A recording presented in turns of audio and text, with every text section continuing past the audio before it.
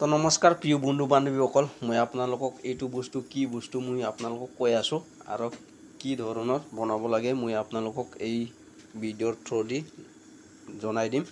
তাৰ মানে এইটো হ'ল আমি মাছৰ এটা আঞ্জা বুলি ক'ব লাগিব আৰু এইটো খাই বহুত ভাল লাগে, বহুত টেষ্টি হয়।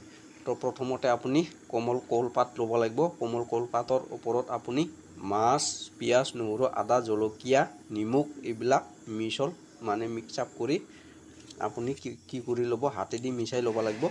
তাৰপিছত ইয়াতে ৰংগুড়া আৰু কেঁচা নিমখ দিয়াৰ পিছত আপুনি এই জুইৰ ওপৰত দি দিব, মানে এঙাৰৰ ওপৰত যিটো ছাই হয় ইয়াৰ ওপৰত দিয়াৰ পিছত আপুনি মোটামুটি আধা ঘণ্টামান থৈ দিব। থৈ দিয়াৰ পিছত আপুনি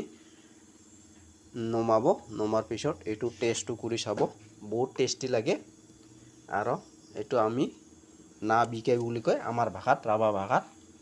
তো আপোনালোকৰ ভাষাত কি বুলি কয়, আপোনালোকে খাই পাইছেনে নাই এবাৰ কমেণ্ট কৰি জনাব। আৰু এই বস্তুটো ইমানেই টেষ্ট লাগে, এবাৰ খালে আপোনালোকে গম পাব।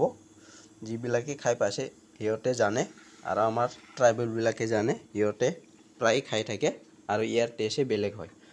তো যদি ভিডিঅ'টো ভাল লাগে তেতিয়াহ'লে লাইক